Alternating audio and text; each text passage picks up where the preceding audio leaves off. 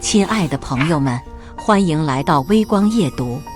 身为销冠，我被人事部一纸辞退，明着说是我考勤打卡有问题，违反公司制度，背着说我的销冠是睡出来的，没有一点真本事。好啊，那姐不伺候了，离开公司。我反手把他仲裁。后来新老板恨不得把我供起来的时候，前公司老板哭着求我回去。接下来开始我们本期故事，记得点击订阅并开启小铃铛。恭喜双姐又签下一个100万大单，这个月奖金有了。双姐，你真不愧是销冠啊，隔壁业绩加起来才100万，你这一单就有了，真厉害呀。是啊，我们组有双姐坐镇，算是有了定海神针了。我听着组员们的祝贺，脸上笑容不断，这是我们一起努力的结果。等奖金发下，我请客，咱们去 barbecue。果真吗？一母说话的叫孙文，古灵精怪的性格很讨人喜欢，经常一句话就能逗得大家捧腹大笑。我笑着回应，回到工位坐下，开始总结这次合作。公司的主营业务是建筑材料，所以需要我们这些人去不断的洽谈，去和客户达成供应合作。而我就是我们公司的销冠。成双来人事部一趟，微信闪动着弹出这么一条消息，我有些疑惑，去人事部干嘛？又有人员新入职，带着疑惑，我叩响人事部的办公门，请进。清冷的声音响起，我推门而入。偌大的办公室只有我和人事经理陈娜娜两人，看来不是要带新人。怎么了，陈姐？叫我来是什么事啊？陈娜娜一脸职业化的笑容，眼里却是没有一丝波动。双双啊，经过领导层对你的考核量化，决定对你进行辞退处理。一句话，他硬控我3秒，好半晌我才缓过神。陈姐，是不是搞错了？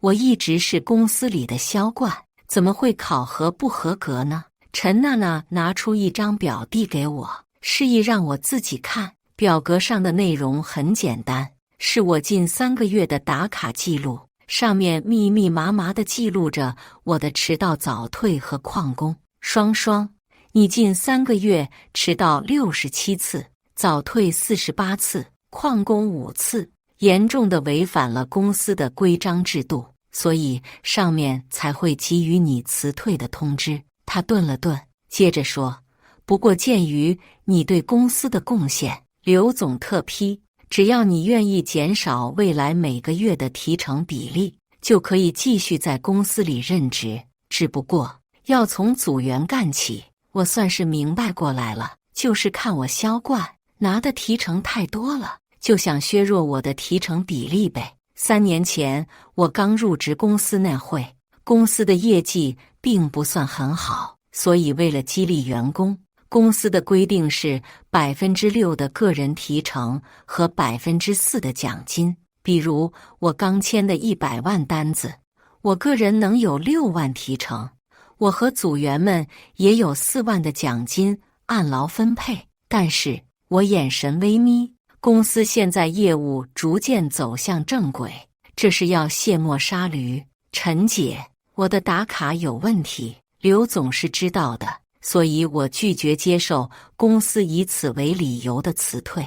你不要再多说什么了，有问题让刘总来和我谈。我打断了陈娜娜的开口，表示只和刘总对接。对面的陈娜娜终于眼神起了波澜，好像是在说我不知好歹。我懒得理她，就在办公室坐下。办公室门又被推开，刘总面色不善地走了进来。刘总从我身边过去，完全忽略了我的存在。他径直来到陈娜娜身边，张口对她说道，那个，把成双的客户文件都转接了吧，把他的电脑也锁上。陈娜娜回复称是，贴向我的眼神里充满了轻蔑。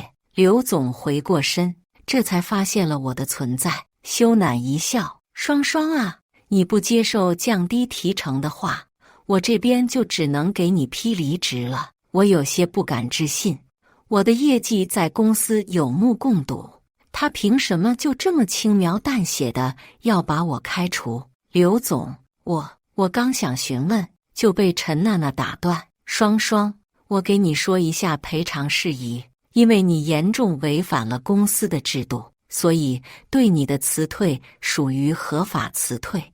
你在公司干了3年，我们会按照 N+1的方法给你进行赔偿，就是4个月的工资，一次性到账。你在这里签字就好了。我怒视着他，没有动笔。合法？我的打卡出问题都是起早贪黑的去和客户对接，所以才不会经常待在公司。这一点是经过刘大毛特批的。现在他那这说是，我怎么能答应？见我没动，陈娜娜的目光开始变得不善。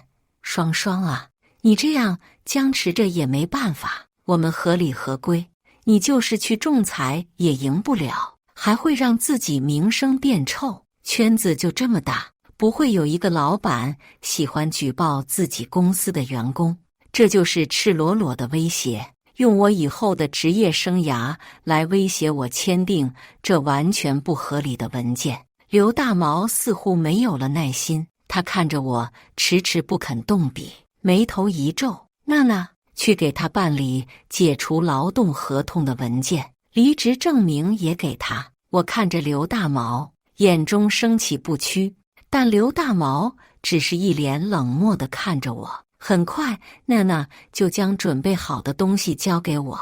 我深深地看了一眼他们，转身离开了办公室，来到办公区。我看到同事们看向我的眼神里充满了各种情绪，有惋惜，也有嘲讽。我的组员们则是愤愤不平。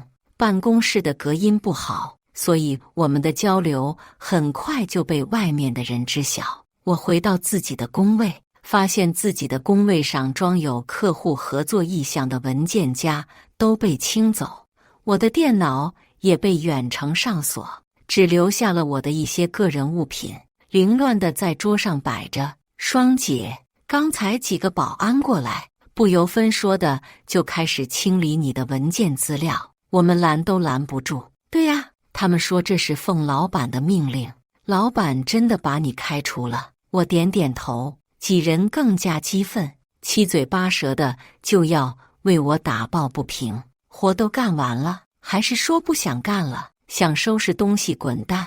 刘大毛出现在后面，对我的组员们呵斥道。我用眼神制止住想要为我说话的孙文，扭头看了刘大毛一眼，开始收拾个人物品，抱着纸箱。我离开了这个工作了3年的公司，最后看了一眼办公楼，我就准备先打车回家。叮咚，微信弹出消息，是隔壁2组的组员。我点进聊天框，顿时血压升高。双姐，我昨天路过办公室，听见了一些事情，考虑再三，我还是觉得你知情比较好些。昨天跟老板说，你的销冠是靠身体睡出来的。我曹你星号百分号人民币。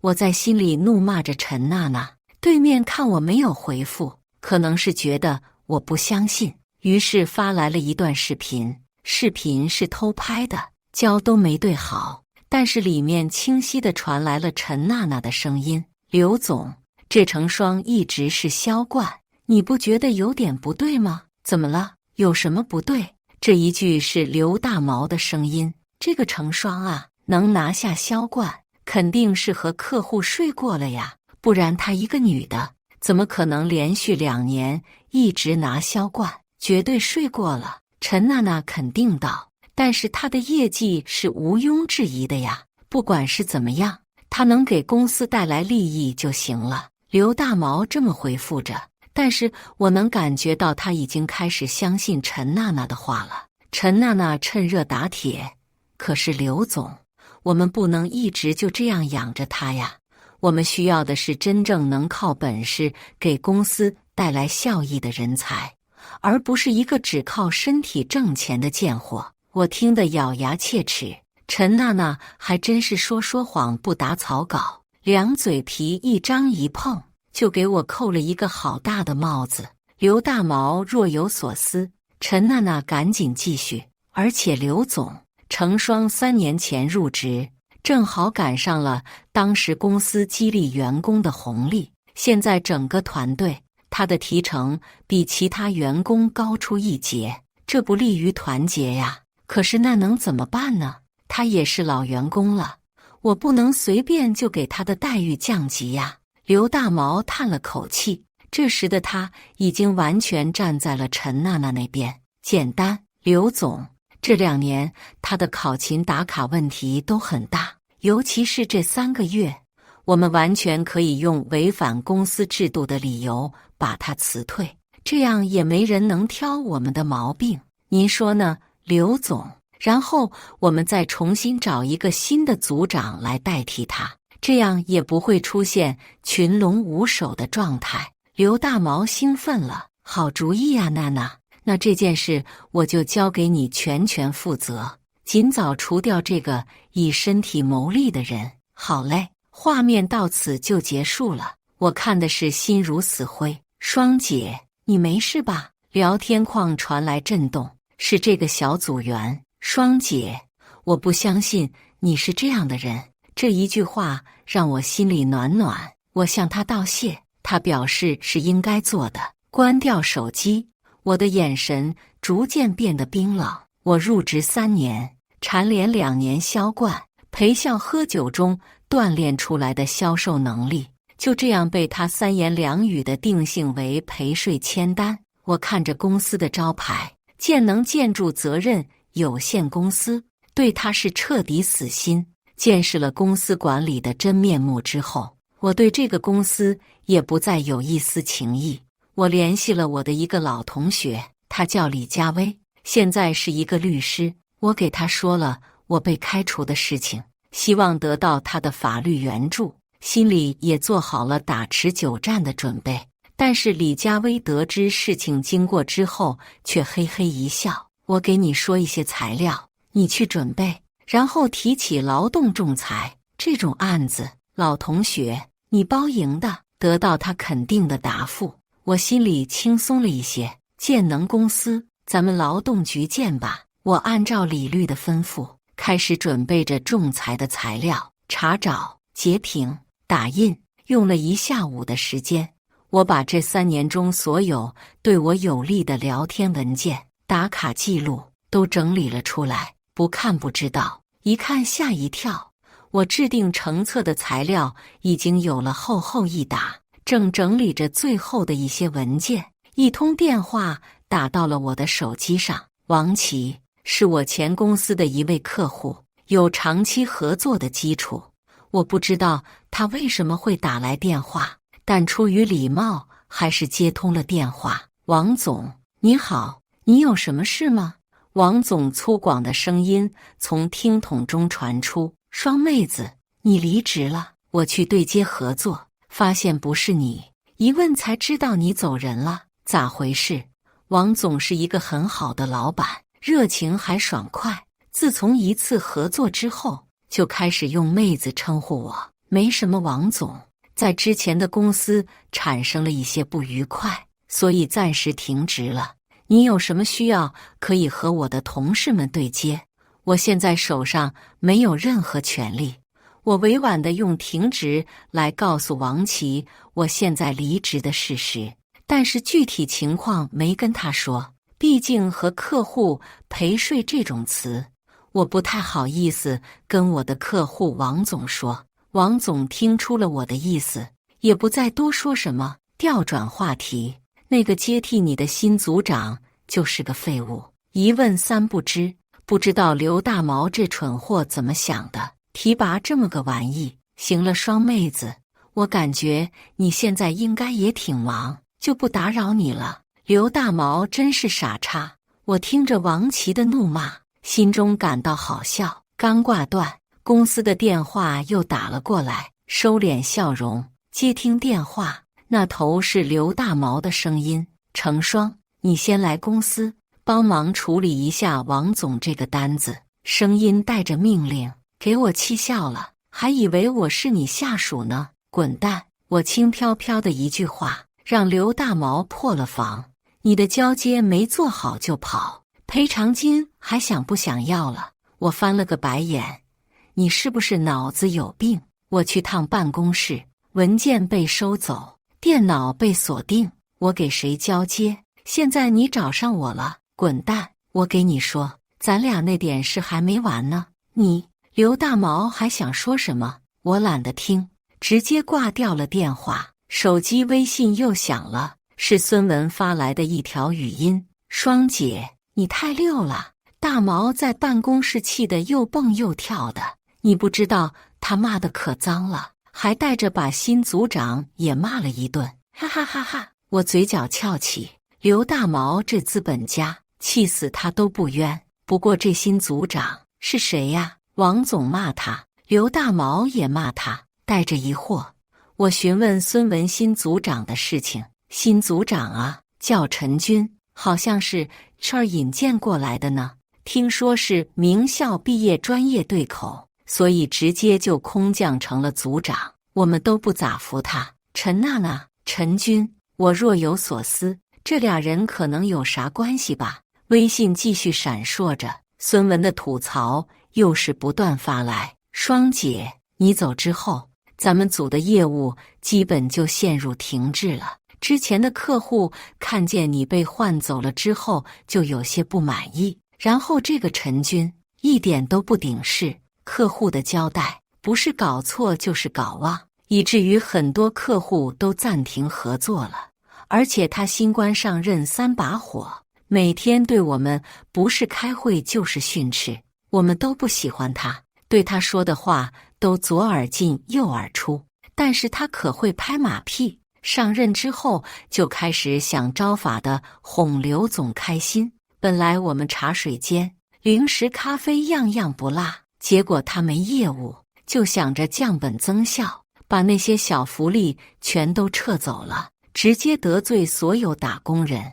要不是今天王总点名骂陈军是个草包废物，刘总才不舍得骂他的宝贝疙瘩呢。哈哈哈哈哈！我和孙文又聊了一会，思索间，我把对陈娜娜和陈军关系的猜测说了出来。你也这么觉得呀？公司上下都是这么说的呢。要不就陈军那个样子，当组员都费劲。听到孙文这么说，我心里更加肯定我的猜测。仲裁到调解中间有一定的时间间隔，在这期间，我尽可能地准备了一份详细的材料。甚至连相似案例都准备了出来。李律，好了，老同学，你这仲裁必胜的，赢不了我就不用干律师了，好吧？李律都这么说了，我就不用到处跑了。你赔偿金还要不要了？要的话就把这些没搞完的单子全部处理掉。这是刘总打来的电话，我听着他的声音就嫌烦，索性给他拉黑了。孙文说刘大毛在办公室里气得跳脚，我嗤笑，真不知道他是怎么好意思的。当领导当习惯了，以为谁都是他员工吗？这天有是一个陌生电话打来，我以为是劳动局那边的，就直接接了起来。喂，程双是吧？我是现在的一组组长陈军，他又想整什么幺蛾子？是这样的，现在一组的业务基本都停了下来，这不管是对公司还是对你之前的组员，都不是一个好消息。你说是吗？我沉默不语。他继续张口，是这样的，我希望你于情于理都能来公司一趟，帮忙把工作交接完成。一些客户你最熟悉，你来继续也是应该的。听听这话说的，知道和我打感情牌了，拿前组员来绑架我，希望我过去给他们当免费劳动力。但是我已经不是以前的成双了，我不去。没做好交接，是公司自己不让我交接的。之前的组员现在也是由你负责，不能给到他们好的待遇。难辞其咎的是你这个新组长，跟我有什么关系？自己慢慢搞吧。陈军，你他被我噎得说不出来话。我听见电话那头刘大毛气急败坏的声音，他以为他是谁？公司离了他就干不下去了吗？可笑，就这种员工，谁招他进门算谁倒霉。我静静地听着刘大毛在那边大发雷霆，心中冷笑。陈军也没想到我这么的油盐不进，一时间忘了词。又过了好一会，才继续道：成双，我理解你的心情，但是公司还要运转下去，不如这样吧，你把你之前统计的客户信息给我，咱们各退一步，行不？陈军说的客户信息是我私人统计的客户信息，比公司文件夹里的相比更加详细，上面甚至记载了客户的喜好、生日等信息，可以说是我能成为销冠的一个重要因素。因为是我个人记录的，保存在我手机的备忘录里，所以没有被公司交接走。想必他们也发现了这件事，所以希望我把信息给他们发一份。只是我气笑了，这些都是我这3年来的辛苦成果，是我在酒桌上喝到吐才套出来的消息。他想仅凭一句话就让我交出，绝无可能。陈军，你们吃相是不是太难看了？这份信息是我自己整理出来的，凭什么给你？大家都是组长，有本事你也自己去搞一份啊，找我要，你有多远滚多远。陈军被我气得直喘粗气，咬着牙来了一句：是刘总。刘大毛接过电话：成双，我命令你交出客户信息，这些都属于公司财产，你拒绝交回，我们将保留告你的权利。那刘大毛，我也告诉你，你有种就去把我给告了，老娘奉陪到底。你以为你是个老板，就所有人都要惯着你呀？我还偏不伺候了。再说了，这本就是我自己的东西，我离开了公司之后，你算老几呀？你想你那脸，我就恶心。程爽，公司给你平台，你利用公司平台获得的东西，不就应该是公司的？我打断他：刘大毛，你招我进门，我给你签单，给我多少钱，我干多少事，别想着绑架我，要告就去告，别逼逼赖赖的。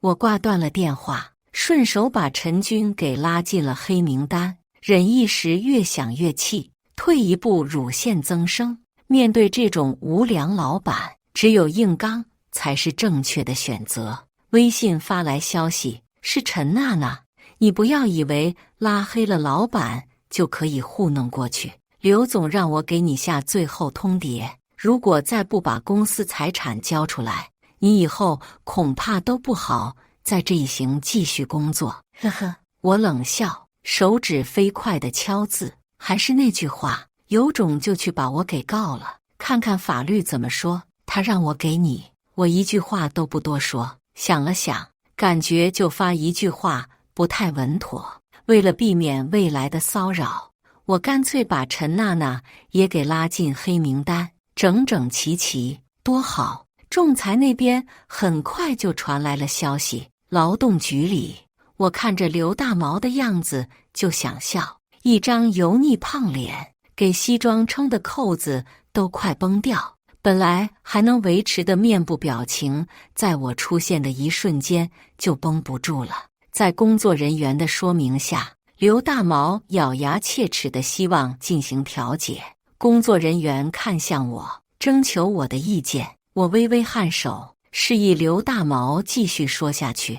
我方愿意支付程双女士违法解除劳动的2N 的赔偿金，以及我方愿意出20万元买下程双女士在工作期间进行统计的建能公司的客户信息。我笑了，在孙文的八卦之下，我知道一组的业务在陈军的带领下进行得一塌糊涂。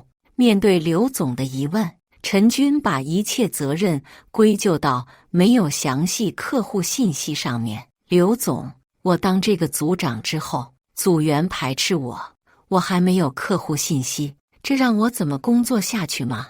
陈军被骂那天，他是这么一把鼻涕一把泪的向刘大毛诉苦，刘大毛也相信了他的说辞。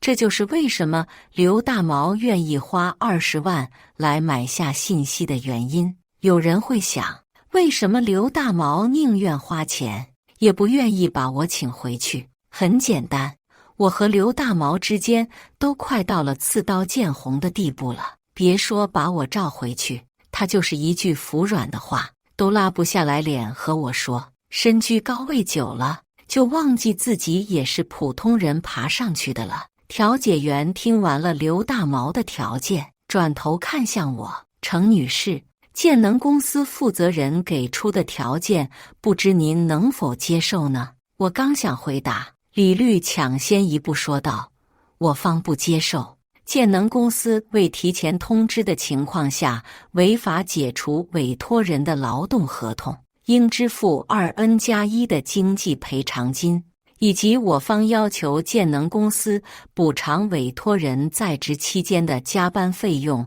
以及未休年假折合费用。我看了眼李律，他一脸正义，向我点了点头。放什么屁？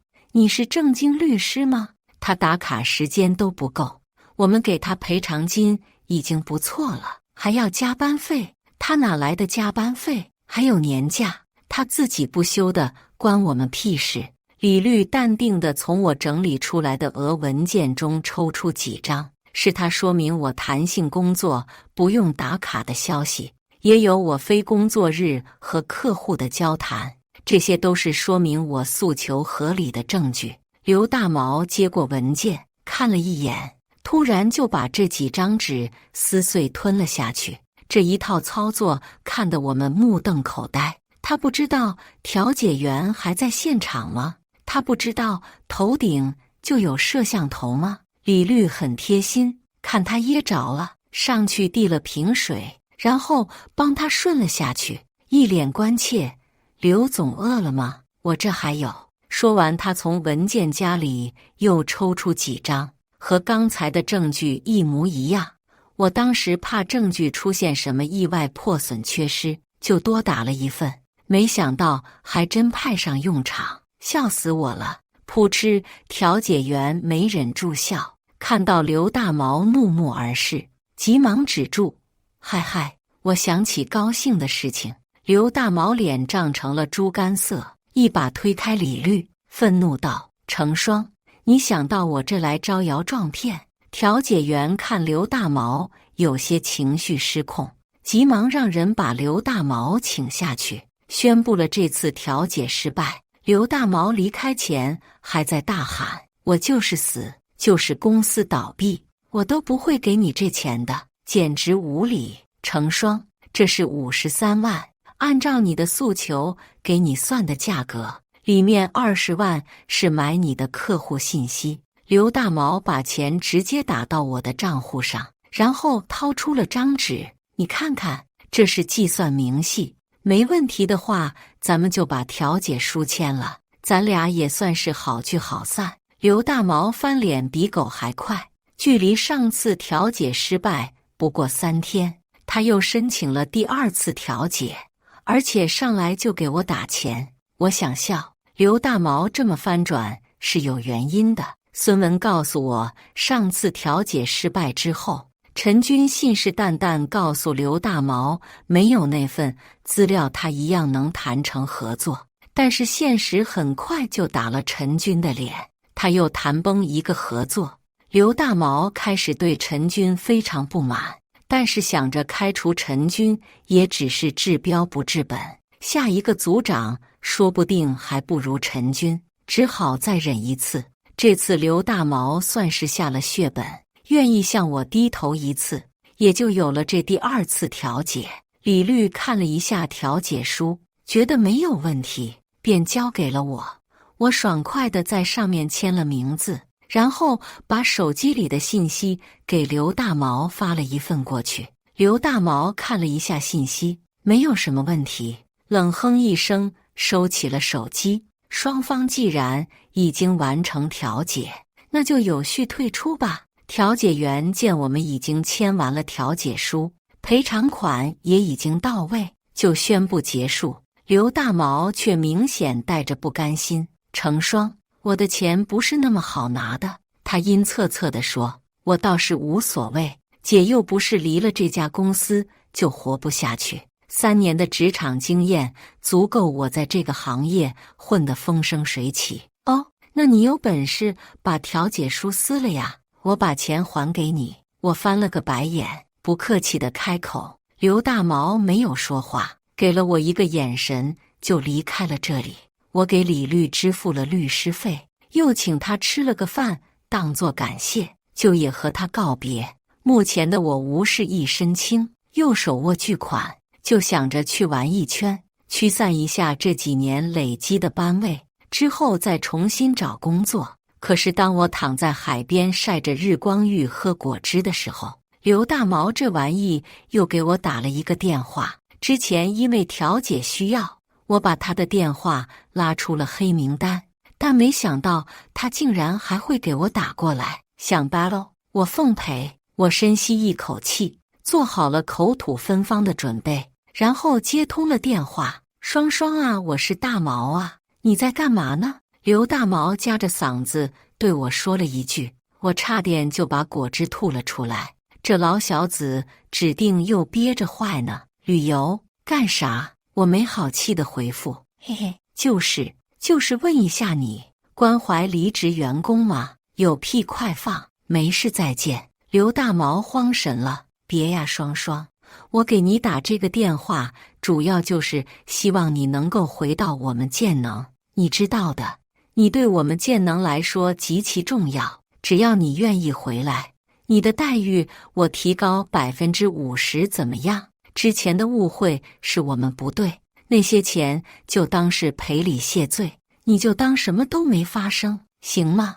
我听着刘大毛话里的讨好，心中疑惑，点开了孙文的对话框，刚想问问怎么个事，他就先把信息发了过来：“双姐，陈军被开除了，刘大毛好像想把你招回来。”我一边应和着刘大毛，一边和孙文聊着。陈军能力太差了，拿到了客户信息也没有完成2单，又被刘大毛骂了。陈军被骂得狗血淋头，脾气也上来了，和刘大毛大吵一架。刘大毛当场就把陈军开除了，陈娜娜还劝来着，也被骂了一顿。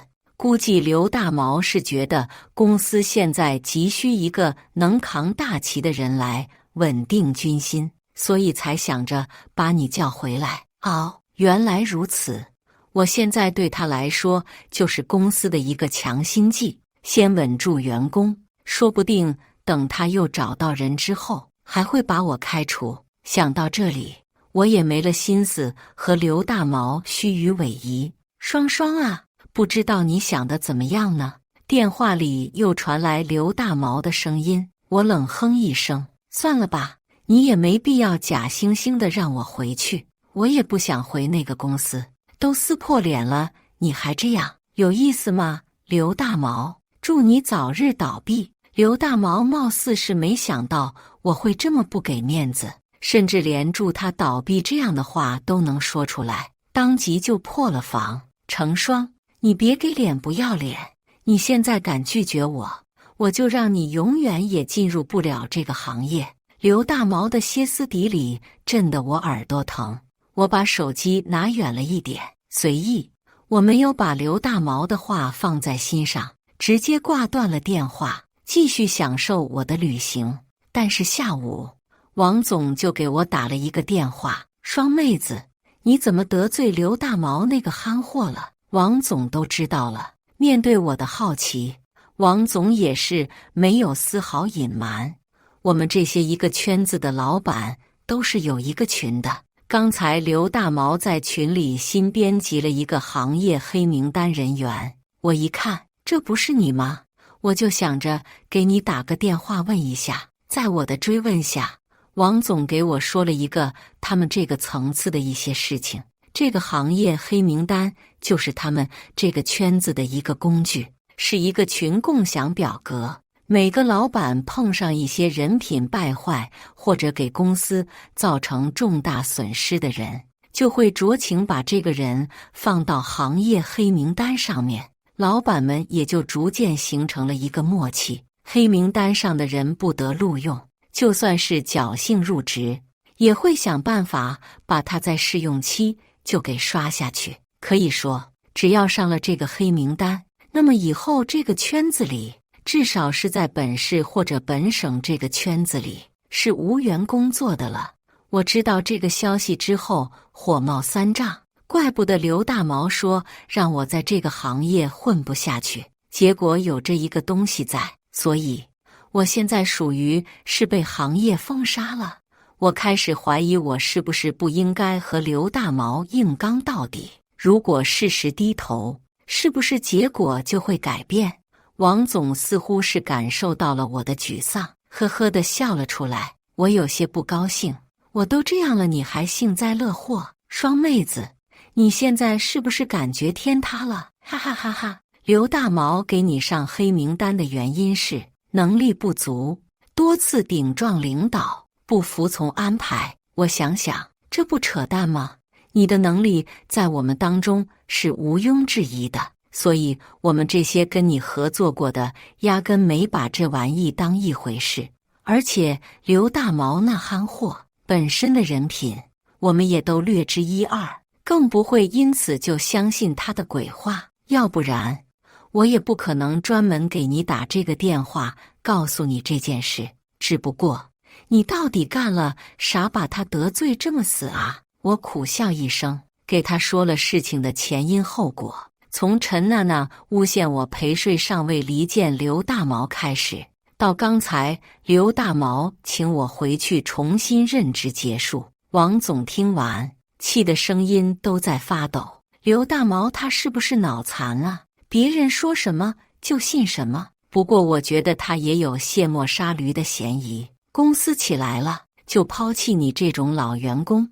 只不过没想到你这个女孩子竟是个硬茬子，还有那个陈娜娜，她竟然敢造谣。相比于我被卸磨杀驴，显然王总更生气我被陈娜娜造谣。这些客户大多都是有家室的人，一个正常的商业合作被他说成色情交易，如果传出去，那家里肯定是鸡飞狗跳。妈的！建能公司之前招到你，真是走了狗屎运，而且就这还一手好牌打得稀烂，什么玩意？王总骂骂咧咧道。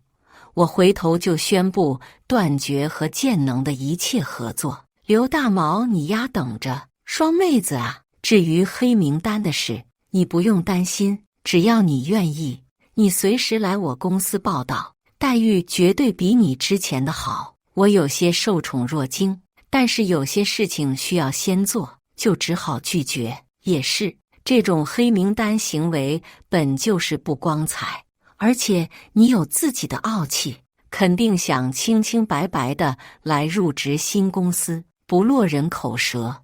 王总的一番话戳中了我的内心，我就是这么想的。谢过王总过后，我挂断了电话，又转头找上了李律。我将王总给我的聊天群截图发给了李律，他让我直接将刘大毛告上法庭。庭审很快开始，刘大毛一见到我就开始破口大骂，顺带着把王总也骂了一遍。陈娜娜说的对，你果然是个勾搭人的贱货，竟然不声不响就把王琦给勾搭上了，哈哈哈！你赔了几晚呢？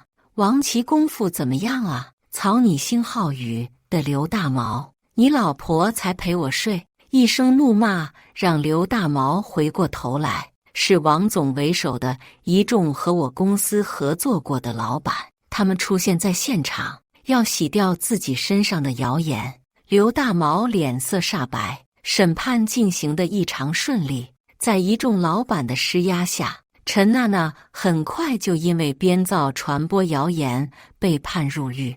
而调查结果也被呈现出来，陈娜娜为了让自己的弟弟陈军接手我这个客户资源丰富的小组，利用自己的职务便利，诽谤我是陪睡的销冠，而刘大毛也因为觉得我占据公司资源，想把我开除，所以顺着陈娜娜的意思把我开除。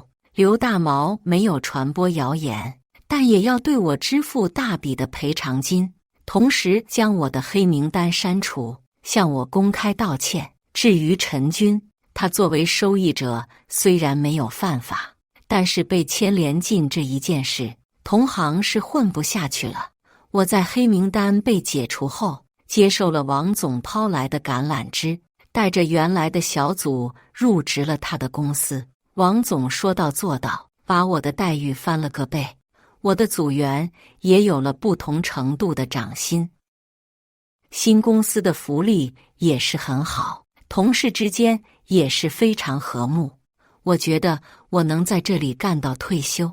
至于前公司，我估计以后都不会跟他有交集了，但现实总是事与愿违。我又接到了刘大毛的电话，电话里他满是颓丧，希望我能回去帮他重振旗鼓，甚至给出了公司原始股的待遇。前公司在出了我这档子事之后，名声彻底发臭，没有人愿意进行合作。原先二组本来还能签些单子，但现在一单都没了，可以说是人心惶惶。公司资金链也断了，还欠着员工的工资。王总知道了，给我打电话的是刘大毛，一个箭步就冲上来抢走了我的手机。刘大傻逼，我给你说，成双现在是我左膀右臂，你敢挖就是砍我胳膊，别给脸，不要脸熬，哪凉快哪待着去。说完，他一脸愤愤挂了电话，直接宣布，鉴于成双这段时间的表现，现在决定给他增长1000底薪，好吗？王总也怪不要脸的，当众拿钱收买我。又过了几天，我听说刘大毛被打进了医院，建能集团也破产了，好像是他偷偷转移资产，准备跑路，走漏了消息，被员工堵在了公司里面一通老拳。没跑成的刘大毛被强制执行，一夜之间从刘总变成了刘某。知道这个消息，我开心极了，同时也好奇是谁在推波助澜。转移资产这件事肯定不是员工能知道的，一定是有人把刘大毛的动静泄露了出去。我眨巴眼，看向了嘬着茶水的王总，他也朝我眨巴眼，我俩相视一笑，一切尽在不言中。感谢大家的观看，本期故事精彩吗？欢迎大家在下方评论区吐槽。如果你喜欢这类故事，记得点击订阅微光夜读，并分享给更多的人，这会对我帮助很大。再次感谢大家的观看。